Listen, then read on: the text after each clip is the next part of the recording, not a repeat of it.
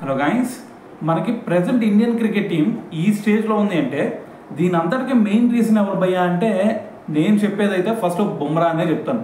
ఎందుకంటే బుమ్రా లేని Indian bowling లైనప్ని ఊహించుకోవడమే కష్టం అనేది నా ఫీలింగ్ అనమాట. అయితే మరి దీని గురించి చాలామంది కూడా నెగిటివ్గా కామెంట్ చేసే వాళ్ళు కూడా ఉంటారు. బుమ్రా పని అయిపోయింది, తనకి ఇంజురీస్ అవుతా ఉన్నాయి, ఫిట్నెస్ ఇష్యూస్ ఉన్నాయి, తను రిటైర్మెంట్ ఇచ్చే సమయం కూడా ఆసన్నమైందని చెప్పేసి కూడా చాలామంది మాట్లాడే వాళ్ళు ఉంటారు. కానీ వాటన్నిటికీ గట్టి స్ట్రాంగ్ రిప్లై ఇస్తూ బుమ్రా కొన్ని కామెంట్ చేశాడు. అయితే మరి బుమ్రా ఏమన్నాడు భయ్యా అని అడుగుతాము. సో దాని గురించి చెప్తా విను.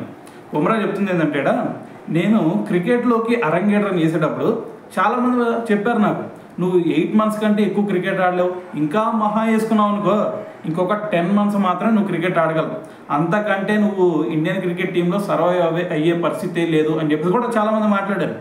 కానీ ఇప్పుడు చూసుకున్నారనుకోండి, నేను 10 months కాదు 10 years నుంచి ఇదే ఇండియన్ క్రికెట్ టీంకి ఆడుతూ ఉన్నా. దాని తర్వాత ఐపీఎల్లో చూసుకున్నారనుకోండి 12 నుంచి 13 years నేను ఐపీఎల్కి ఆడే సందర్భం కనిపించింది మీకు.